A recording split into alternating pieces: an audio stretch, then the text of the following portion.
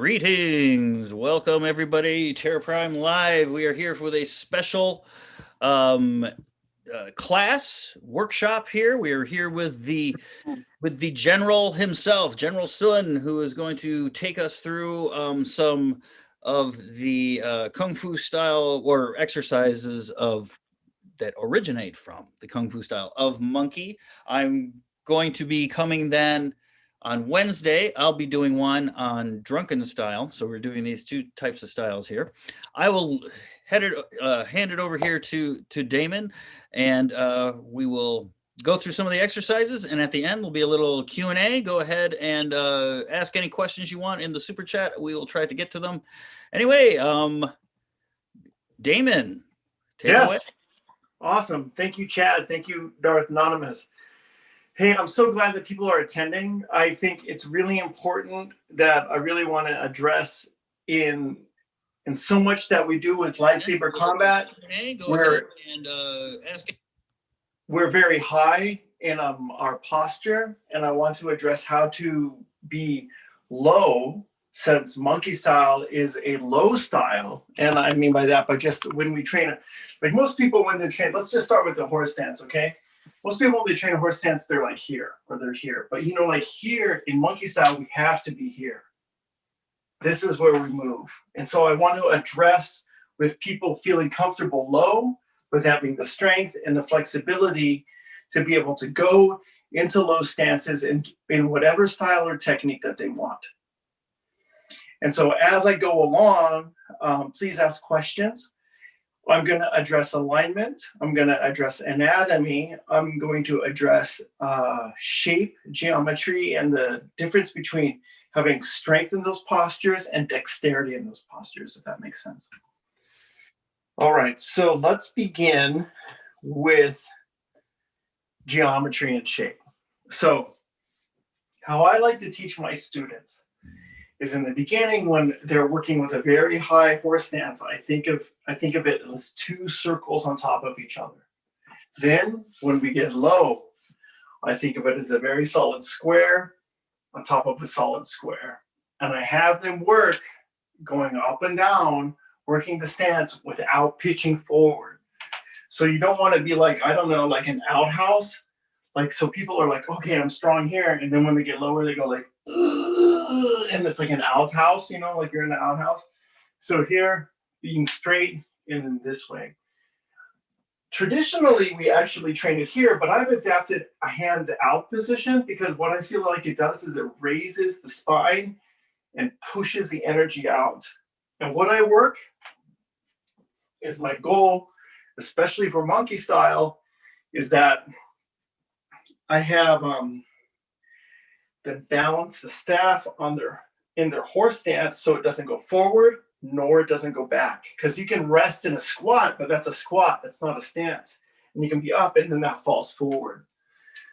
So what I like to think in the horse stance is here and it's level, if you can see. So this is, you have control about where you want this to go, if that makes sense. And that is the same for every stance, the empty stance and the bow stance. What is important about the horse stance going that low is that your heel does not come off the ground. So whether you're in just a small stump position, whether you're in a horse stance, or whether you're in a bow stance, you don't want your heels off the ground because that puts an undue pressure on your knee. So to cultivate that, find your limit and be okay with your limit. So I go, okay, let's say I'm starting and I go here, da, da, da, da, da, da, da, da. I'm like, I go here and like, oh, that's where my heel comes up. Well, you know what? I go back. This is where I start.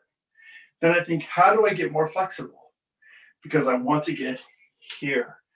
So ankle flexibility. So then I think, okay, I take a step. And then imagine that I take a normal step and then I sink down into this position.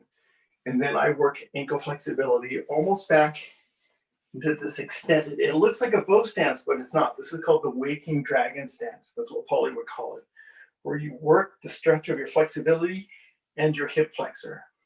You can also just work the flexibility of your Achilles tendon here by slowly rocking, not violently, but slowly, right? If you feel tension in the knee, relax. Don't go any more forward. You want to feel all the stretching here, right? Once that happens, you start to get lower and lower and lower and lower until you're solid. Now, there always is a question of like, oh, those low stances aren't practical. Those low stances are this, that, and the other thing. Well, the fact is I can do these low stances. How I train with my strength, if I'm strong here, imagine how strong I am here. It's not about what is deemed practical. It's what about what you can and cannot do, if that makes sense. Are we all here? Let's see, where are we? Cool. Any questions so far? Cool. Does that make sense what I'm saying? Is it clear? Cool. And anytime one sinks into a position, there's always a relationship of push and pull. So as I talked about before, when entering into the low horse stance, and when people go this, I think what happens is their core is not strong, or if this happens with their heel. So don't force the lowness of your stance to sacrifice the balance of your architecture, if that makes sense. Better to be here and solid than here forcing a lowness and being off balance, being strong. Now, the opposite is also same with a balanced stance. If I'm here, when I push into the ground and I rise the foot, I always have a push-pull action, so I feel like my energy is drawn upward through my head, pushing down into the ground, push-pull. And you can see how that works if I'm here, and then I also just sink down. My spine is at the ready the whole time. Once that gets strong, that gets translated into the sword or the saber or whatever you want. So, strength and dexterity. Geometry and shape. So geometry in the sense of when we go back and we look at Da Vinci, let's think about the Vitruvian man, the Vitruvian person where you're open completely and not constricted. Taking that openness, putting it into a posture, and then actualizing it. Once that happens, and you feel comfortable with that, you realize, is your gift strength or dexterity or both? Dexterity meaning that you have a lot of adaptation, you have a lot of flow, you have a lot of ability in your technique. You cannot have that without conditioning and strength.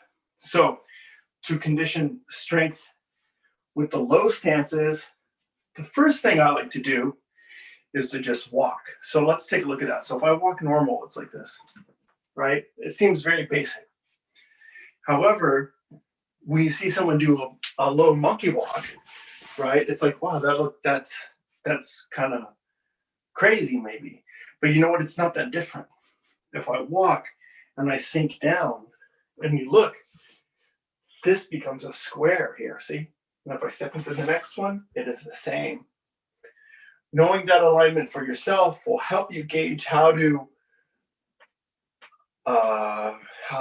enter into those low stances without damaging yourself, rather than being here and going like, oh, I have to force myself, and then your legs get in a very strange position, let's say. You can find here, almost like you're throwing the energy, like throwing a knife or throwing a stick or throwing a shuriken. Here, bam! Same. Notice my spine is upright. I'm not hunched over. I'm not this. I'm not in a bad architecture here. Almost like a slice. And a good way to open up with that is having a sword or a saber, stepping forward and just bringing yourself down, giving yourself a line there, and then bringing up and then down. And we're going to translate it into the Star Wars, to our lightsaber technology, right? For us in monkey style, it would be like with a staff here, around, down. that kind of thing. So this walking posture becomes the same as this walking posture. Of course, these motions can be blocks, they can be parries, they can just be also expressive movements. Okay, so now the next I want to look at drop stance. So in in a lot of martial arts, you have this stance here. People call it snake creeps down, drop stance, whatever the heck, right? So for us, it's easy to drop into the limbs and just feel the stretch, which is cool. But what I want to concentrate on with us here is that we step out, we go into this, right? Feel the shift back and the rotation. So there's always an engagement within the body, right? Here also this way, that way, and then back up. This is an exercise that can be repeated here. Sink, shoot, rotate, right? Pull, up. And as I said before, I thought I would be at the gym where I work, but you know what? Here I only have 5 feet by 5 feet, and I can still do these exercises to complete and enhance my training, if that makes sense. Is there any questions so far? I'm going to stop a lot and ask if there's a yes. Go for it, James. All right. So just say taking someone off the street, no experience, who walks into your dojo, what kind of a time frame do you think it would take them to get into these stances? Are we talking a couple weeks or a couple months or 10 years? Not 10 years, but probably a year. Yeah. Not 10 years for sure. And it also depends on how hard. I think there's also a thing where, I don't know what it's like where you guys live, but in the United States, people are really obsessed with like, oh, I'm going to go to class. I'm going to take a class, right? And you can come to class all you want, 1 or 2 times a week, but if you don't train outside of class, you're never going to really actually make progress. So that depends on the student.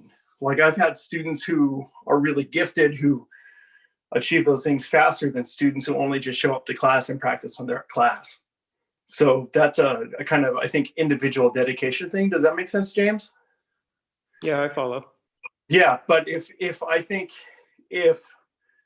someone was of a moderate ability, they came to class 2 or 3 times a week, maybe trained a little bit, I think to achieve those kind of stances, to go into them without injury, I think probably a year or a year and a half is probably an adequate time frame.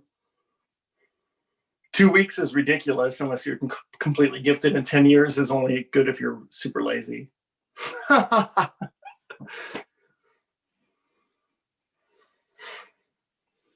Awesome. Anything else?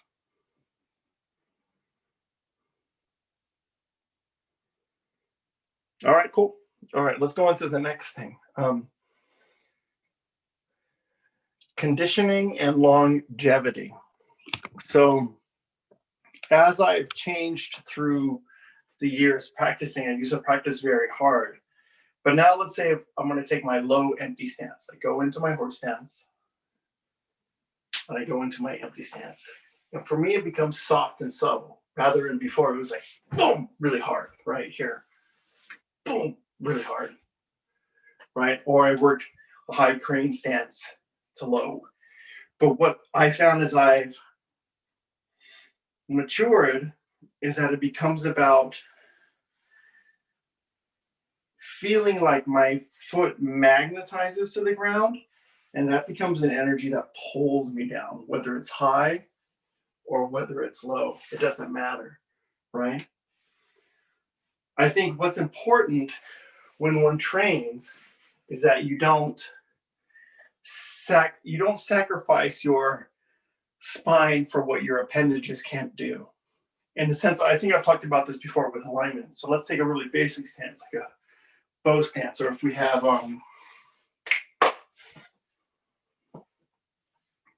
right, we have our saber here, or we're doing a thrust, right? So if we're doing a thrust, right, so this is good, but maybe some people, their back arm out like this or something. Keep that in an alignment.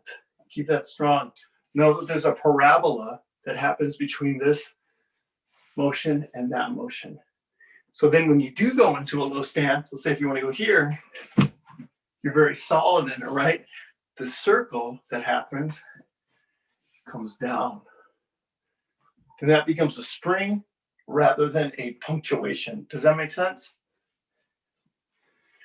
So if we take the ideas of grammar, where you have a period, an exclamation point, and a question mark, eventually as you grow your vocabulary, those periods or question marks or exclamation points can become commas or semicolons.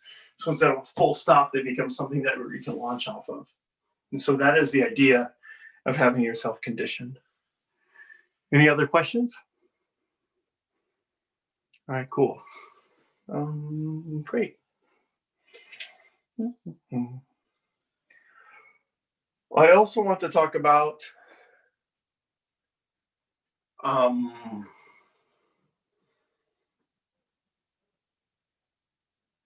when you cultivate martial practice,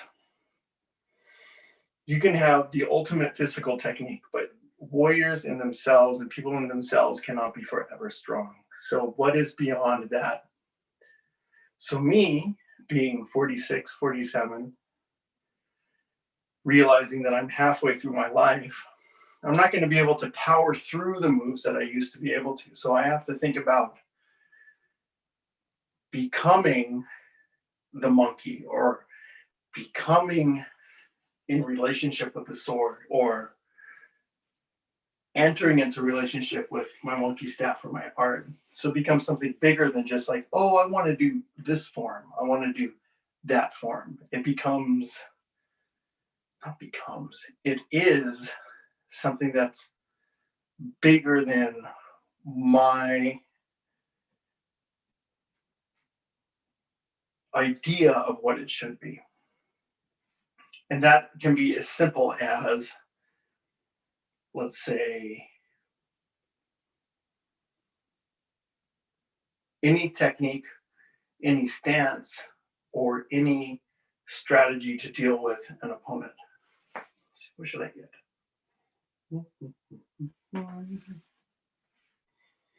This is a good one. So I have 3 different staves that I use. I have a rattan staff, which is very light and bouncy, right? And it's like just really good for fast motions, right? Like I can do all sorts of fast things. It has a lot of like reverberation. And then I have a waxwood staff, which is really good to practice. It's a little narrow in here, but that's okay. Practice basic twirls, right? These kind of things. Then I have a titanium staff, which is completely unyielding and cruel, especially if I make a mistake and hit myself in the head. But it can just pound a car into dust. So you don't play with this one. You enter to a space, right? This is the thing that creates the strength in the technique. And as I get older, I feel like even though I trained a lot of flourishes and twirls when I was young, strength and internal aspect of working with a heavier weapon gives me a sense of longevity and purpose that is beyond just being able to jump kick and flip kick or look really cool, if that makes sense. So I feel that one of the things I want to impress upon people as they practice is it's okay to have a different, don't have a favorite weapon. Have a weapon, have an extension of your body that is appropriate for where you're at the time. Does that make sense?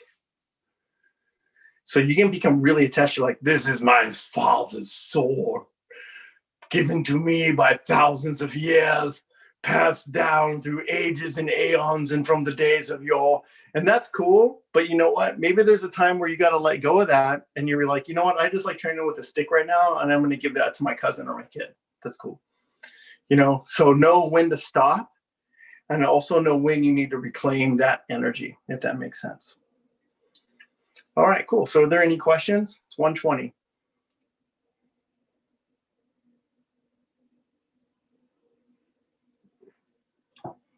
All right. Is there anything specific that you would like to see or know, like stretching wise or condition wise?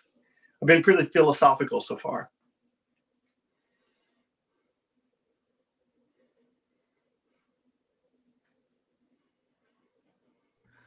How about we go into just some basic stretching conditioning things, basic Sounds things, good. and then work into those low stances, Cool. stuff like that. All right, let's look at some floor stretches. So a really good important floor stretch is just to, let's see, it's gonna be really good here. All right. Here, of course, just a single leg forward bend, right? So a lot of people like to think of their knee to the head to the knee. But what I like to think of is the knee to the shoulder. And the reason I like to think about that is if when you're standing and you're standing normal, when you go forward and you bend, your knees and your shoulders somewhat naturally align. Not that the knee to the head is bad, it's just that what it does is if you take a look at my spine, and when I put my knee to my head, you see how it curves it? However, if I put my knee to my shoulder and my head more towards the inside of my foot, it keeps it straight. What's important is holding the stretches longer than just a few moments. Connective tissue is avascular. That means there's no blood that goes into it. However, if you bounce with connective tissue, it's designed to resist it. So a slow hold, gentle, switching often, right, is good. There is also fascia that surrounds the muscles of the body. And how you can understand fascia is if you go to the market and you have chicken and you see that like weird layer of skin looking clear saran wrap looking tissue that's on the muscles, that's fascia that surrounds you too. So here, relax, extend. Don't collapse, but keep yourself engaged. What's important is when you want to gain flexibility that you go slow. We're all very goal-oriented people. Know when to stop, know when the goal is going to be detrimental to your health, right? And if you have questions, call people who have been down that road before. So for me, the most important postures you can practice are just a double leg forward bend here. Relaxing here. Keeping the spine straight for once, reaching out and grabbing, and then letting yourself hold down, maybe holding 3 minutes or something. Single leg on each leg, right? Here. Not getting too crazy. Other leg here. Now, granted, when I was training with my teacher, Polly would grab my head and try to push it to my toe, like really old school style. You know what I mean? When you're practicing by yourself, I don't recommend it. But, you get with a teacher that knows what they're doing that way, then you can have fun in that crucible. Next is a butterfly here. Now, the butterfly is important, not because it's like you're here and you're like, oh, I'm relaxing doing butterfly. What's important about it is if you bring your feet closer together, it'll stretch the inner part of the adductors. If you go outward and go forward, it will really work well on the lower back and the sacral aspects of the spine and the hip here.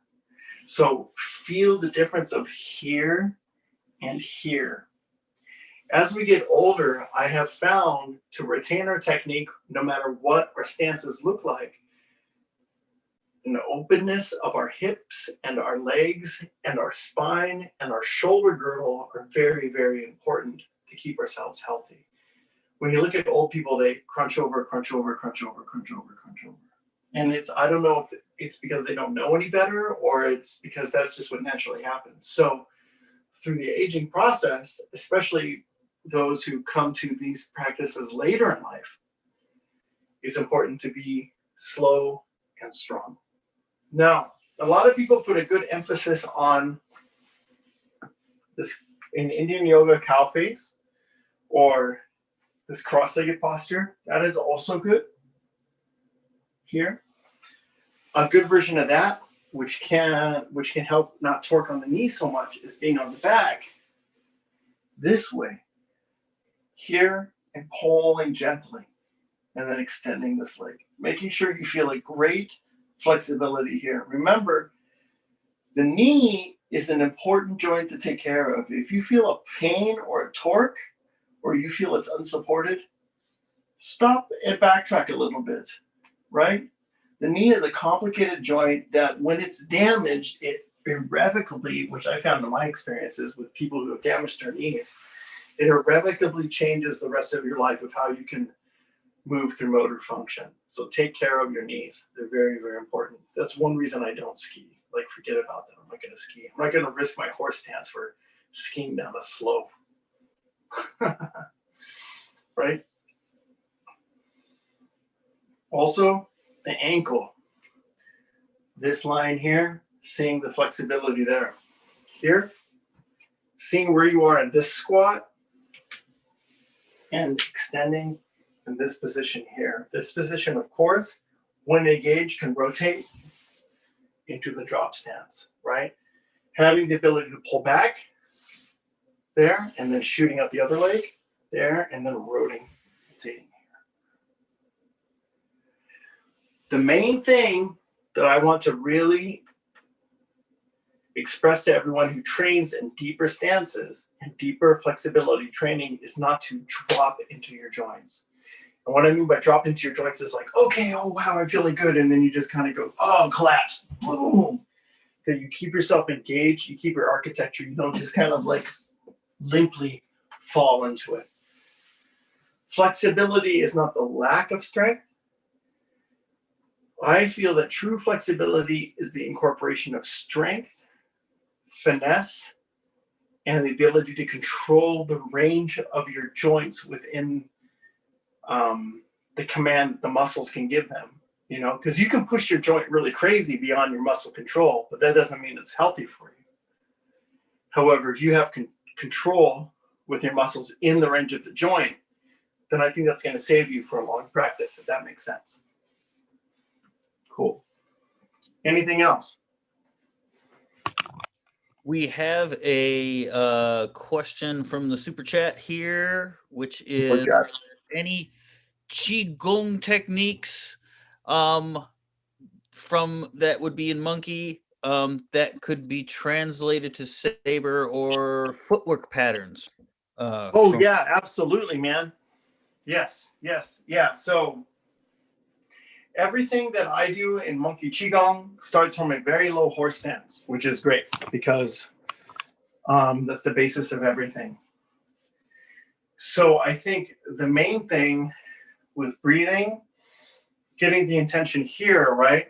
So what I like to do when I do the monkey style qigong is to keep myself in a balanced position. So here I reach and I perch, keeping myself along, and I reach and I perch.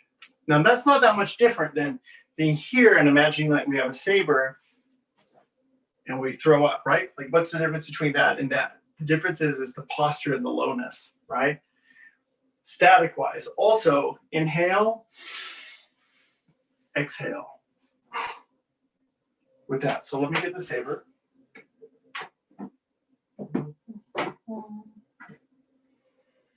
Here. So let's take this basic stance here.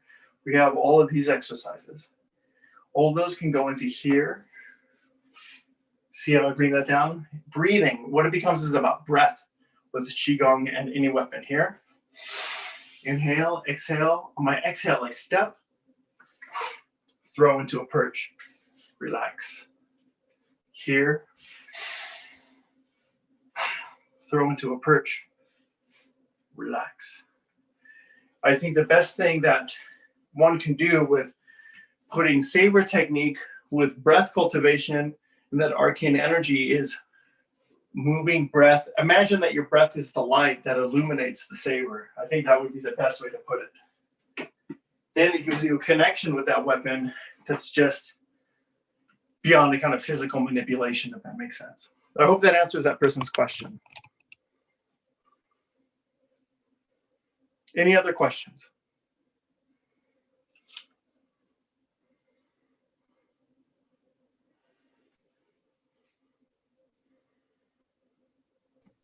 Well, not so much a question. Or Michael, do you have one?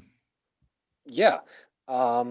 When we talk about low stances, there's also the twist stance. Oh yeah, you From want to go into that?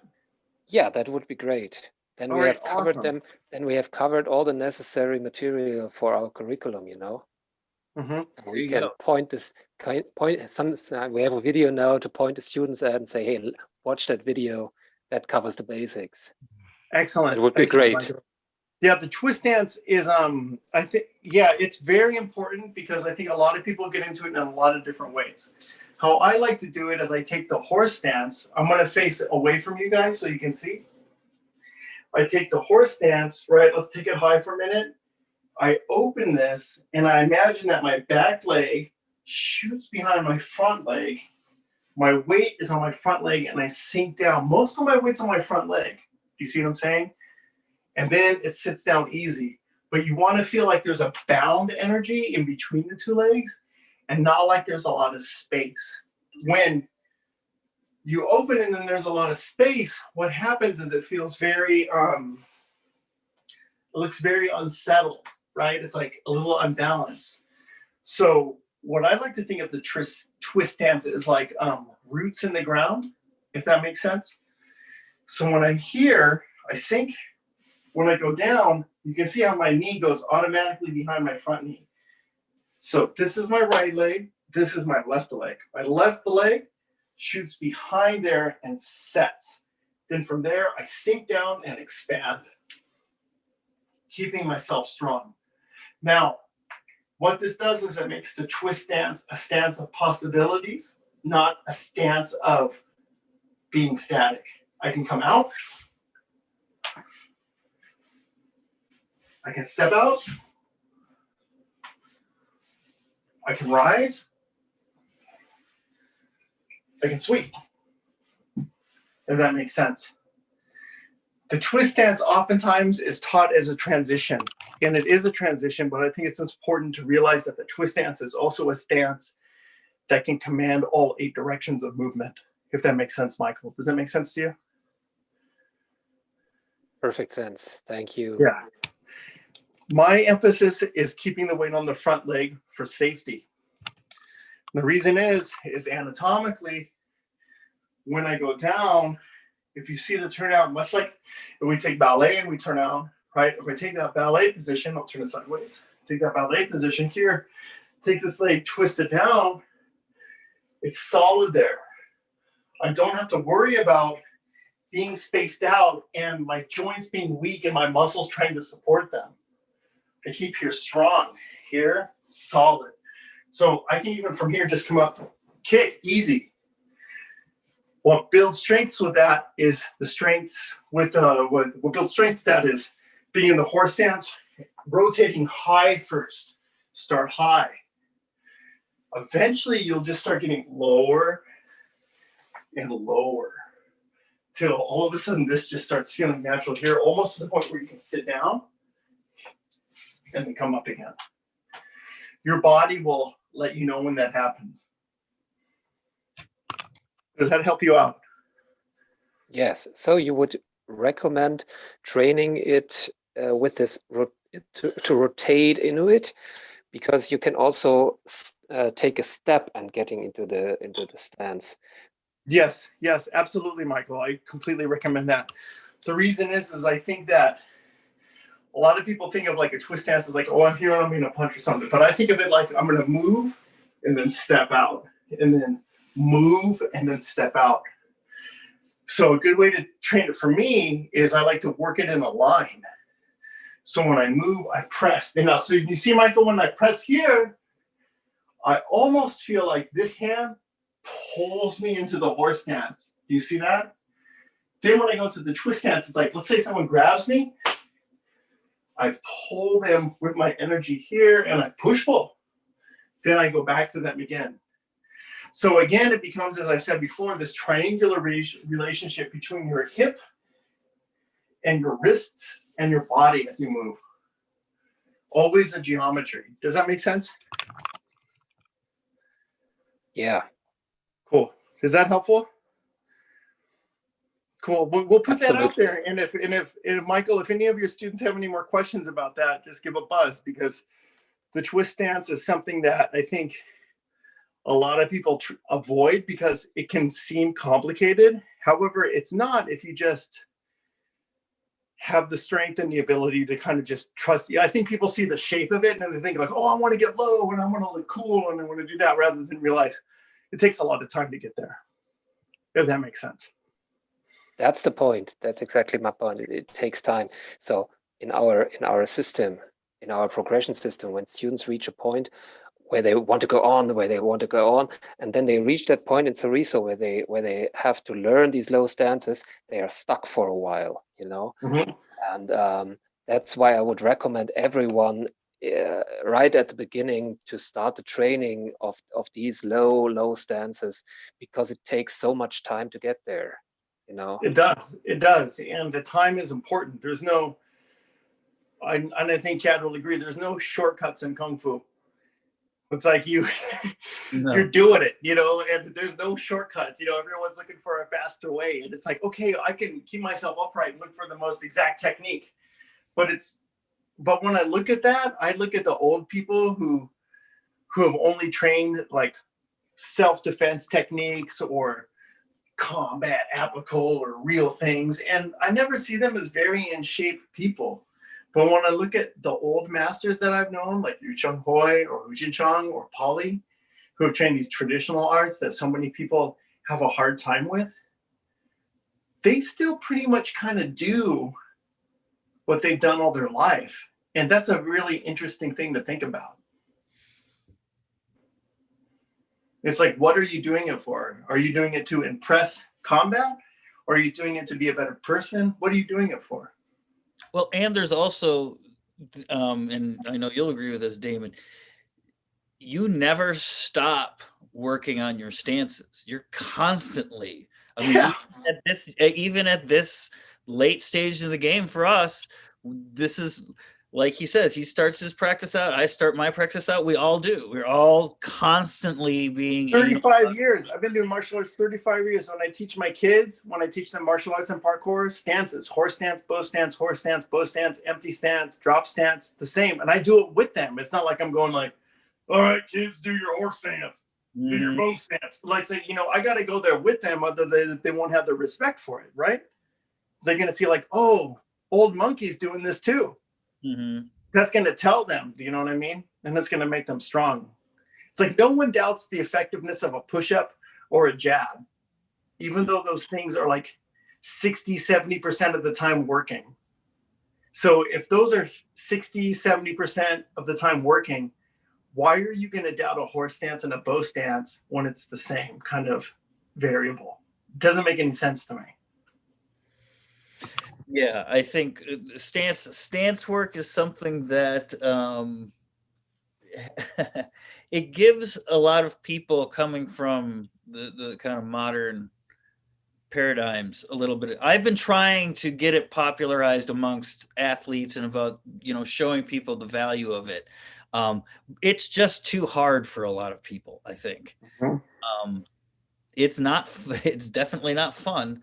It's not fun, man. It's like that meme I have of like Gordon Liu when he's playing Pie Man. He's like, oh, someone's complaining about horse stance. It sounds like someone needs more horse stance. You know, it's like, and not to say that like life, you know, you need to be like punished like that. However, it's important to understand how to kind of push through. You know, like with the kids I teach, I do a horse stance challenge. I ask them every class, how many seconds can we hold it for? So I have these kids, 6, 7, 8, holding a horse stance for me from 30 to a minute, which I think is pretty good for a kid, man. Yeah. You know, and they want to arrive there. It's not like I'm saying, you hold it for a minute. They're saying like, oh, we can do it. We can do it. Mm-hmm. And then when all of a sudden that kind of discipline becomes their want, their creativity, their want to succeed, then the art doesn't become discipline. You become a disciple of the art, if that makes sense. And I think that's the most important thing I want to communicate to everybody is like, discipline is cool, but discipline is a root word of the word, you know, discipline is a continuation of the word of disciple, one who is inspired to cultivate something. Cool. Yeah. Is there any questions? We're at like 1:40, so we're at Q&A time. What's up? So is there any more from the feed, or are we good? We've got a couple of comments from Deso. Definitely taking my time. The way is in practice. Cool. Another comment. Gung is effort. Fu is time. It's in the name. Yeah, Gung. Gong is a difficult character to translate. It changes in definition depending on how it's used, but yeah, the idea, the concept of an ability or a skill that is cultivated over time. So Gong Fu, as I say to a lot of my classes, doesn't just mean martial arts. It can mean cooking, art, calligraphy, poetry, performance. If you are talent, what we consider talent, is Gong Fu, which is for me better because you're involved in that, right? Exactly. It's a Not journey. It's like, do you think Caravaggio or Velasquez woke up painting the way they did? Yeah, right. Are you kidding? Do you know? Or Akira Kurosawa? I remember, what was it? It was like an interview. He was like 90 or something. And he's like, oh, right now I'm beginning to understand film. And I'm like, okay, cool. The what it was a musician who was asked, and I don't remember what I'm blanking on all the details, but he was asked at 90 years old, why does he continue to practice 3 hours a day? And he responded, I think I'm making progress. There's a humbling that happens when you cross a threshold. Sometimes there's people who have a lot of guitars and they're really proud about all the guitars they have. They got a Fender and they have a Gibson and they have this electric guitar and they have this and that and the other thing. However, I don't know if they really know how to play. And then you have someone like, Django Reinhardt, who's missing 2 fingers, who plays incredible guitar and has his beat up guitar and is famous for his music. Same with Professor Love. It comes back to like the Mahabharata. It's like even the blade of grass is a weapon. It's like, are you going to have a lot of swords and sabers, or are you going to have 1 or 2 because you can pick up a yardstick and it's just the same.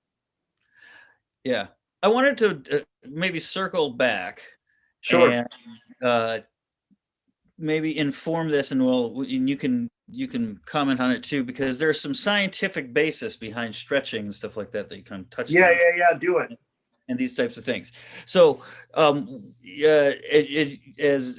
you were talking about, you want to be relaxed, you want to be slow, you want to be easy with your stretches, and I don't remember what you define something as flexibility being strength and whatever, but in actual sports medicine, it's strength and mobility is essentially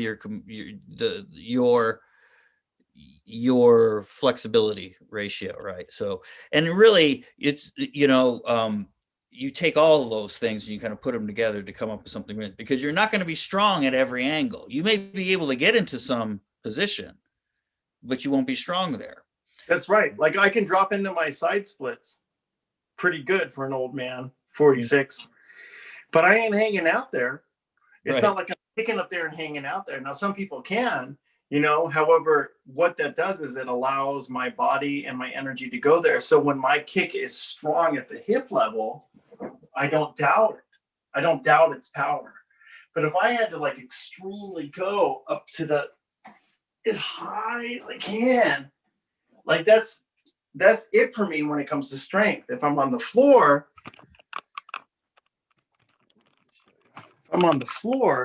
this is going to take it to where my skeleton's at, right? So my skeleton is going to go here. But that doesn't mean I'm just going to just throw a kick there unless I have some sort of crazy adrenaline going through me and I have to protect somebody. Right. So oftentimes the boundaries of what your skeleton and physical ability can do doesn't mean that that's what you're going to be able to command at any given moment. And I think that's very important to understand. is that even though I can actually get like this far from the ground in the splits for someone who's 45, and that's pretty much cold, which I think is pretty good. That doesn't mean that my ultimate goal with that is to be able to just throw a good kick when I need it, rather than like having a masterpiece complex or unreal idealistic of like being able to like, oh well, if I can get on the floor I should be able to kick straight up. Like that's not how the body works, and that's not how like anything works. I've never noticed anything that works has a okay, there's a difference between capacity and ability. Yeah. This can have the capacity, but when you train, you have to train the ability to that capacity. Now when I was young, I would roll out of bed at 7:30 in the morning and drop into the front splits, but that's an age thing. So yeah, and this is the thing. I mean, when you're training flexibility, your muscles aren't actually stretching, right? You're not actually stretching anything, right? Your muscles are like little telescopes, and they're all like sliding in and out of these little filaments, right? And your nervous, That's right, yeah, because it telescopes out and right, it reaches the limit. And if I get more flexible muscularly, I'm warmed up more.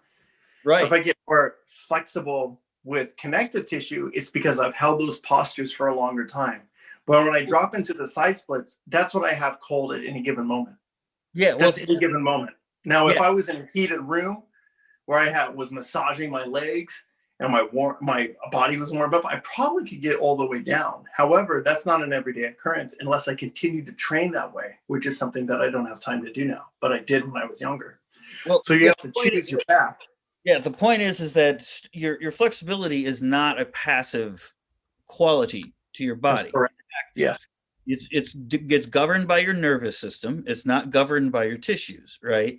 So when you have, like, if you were anesthetized, if we took Novocaine and we anesthetized your hips or anybody's hips, you could take your leg everywhere you wanted to, right? Yeah, I would not want to feel that. Zero resistance, right? Now, you wouldn't be able to do that when it wore off, because we took your nervous system out of the component, right? And so none of that there. That's another reason why you want to take it slow, because you have to create these patterns in your body over time, right? And there's, like you said, there is no shortcut to them, right? Yeah. Michael, did you have a question? Michael, did you have a question? You're okay? No, sorry. Just Okay, I thought you had a my daughter question. in the back. Yeah, so I think where Chad and I really agree on is really taking your time with flexibility, taking your time with cultivating strength rather than trying to impress strength, rather than trying to performative be like, oh yeah, now I'm going to do these stances and then I'm going to get the huge legs and the big quadriceps there. And it's in everything it takes time, like planting a garden. Anyways, let's take a couple more questions and then I think I'll sign off. How's any more? Do you got a question, James? Yes. So what are your thoughts on strength training, things like yoga or those type of stretching? Is that effective practice, would you think? I think it is effective practice as long as you have a good guide of a really good teacher. There is I think in any practice, whether it be yoga or qigong, martial arts or dance, that one as a practitioner has to be careful of, like, am I doing this for the form of it or am I doing it for the health of it? Now, being a performer and having traveled the world as a performer, we push ourselves to create an aesthetic for performance.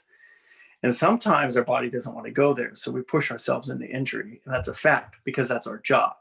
So if that's your job, you have to make a choice of where you want to go there with that. However, if you're doing it for yourself, I think it would be keenly aware of knowing what you need from each practice and making it personal and honoring the place where you learned it and really going into it with a lot of depth. So you make it personal and make it understood and not just be a dilettante. Does that make sense, James? Yeah, that's good. We got one more from the super chat here. If we got time for it. Yeah. we've got with monkey kung fu having such an emphasis on having being the monkey. Are there techniques for slipping into that headspace? Oh, that's a really good question. Um,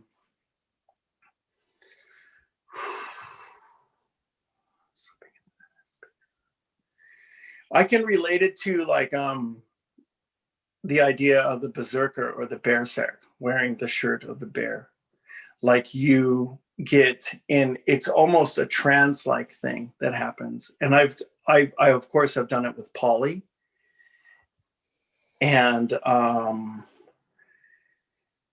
you, I think anyone can go into a state of that kind of energy and feel it. However, what is different about the way I learned my style is that my body was prepared to accept that energy and move with it with power, expression, and understanding. And I think that's the big point, is that when you cultivate your body and then you allow this force to come through it, your body's ready to interpret the voice of that force and the voice of that energy. So the tip or the skill about it is make sure that your body is in good physical shape. Not like I'm the GQ body and I'm the Olympic. You know, that's not what it's about. It's being able to be resilient, to get back up, to be able to have the force of will to go from one step to the next, and also having the wisdom of knowing when, like, okay, wow, if I keep doing this, I'm going to injure myself. Once you know that, then when you enter into a state of practice, there will be an alleviation and an openness that will allow that energy to come in and inform you what to do. At least that has been my direct experience. That's not a taught experience. It's not like Polly or Ujin Chong or Yu Chun Hoi said, this is what you're going to feel. These are things I've experienced in my own personal practice when I was withdrawn in Vermont and around the mountains and practicing myself. So trust in that. However, I think if you're asking those kind of questions, keep in conversation with someone, either myself or with Chad or someone further along the way, right? That's a little bit ahead up the stream. So you can have a conversation about what you experience, not like some sort of guru or teacher, just someone a little bit more with some time in. I hope that makes sense to that person's question. Yeah, that seems pretty good. All right. Well, I guess we come to the end of it here today. Thank you, everybody here for joining in. Thanks, James and Michael, for showing up here. Thank you, Damon. Great questions. And I look forward to next Monday when we can work on some staff stuff. And hopefully I'll have a bigger space so I can really kind of cut loose a little bit more. Yep. And I will be coming to you on Wednesday at 2 p.m. Eastern with some drunken style. So a style that's often paired with monkey, often kind of thing, and there will be some similarities. We'll talk about that on Wednesday. Yeah, and you know the whole point of this between Chad and I is to create a kind of conjoined collaboration so we can take the whole saber community and rise them up to an understanding of having a kind of primal flex flow when using with the saber. So this is a great experiment, and I'm so happy that we decided to do it. Yes, it's gonna be interesting. So stay tuned. All right. So for everybody here, thank you for being involved, and for everybody at home watching in, thank you for your questions. Thank you for tuning in. We will see you. I'll see you Wednesday. So until then, patience, practice, perseverance. Happy sabering. Awesome.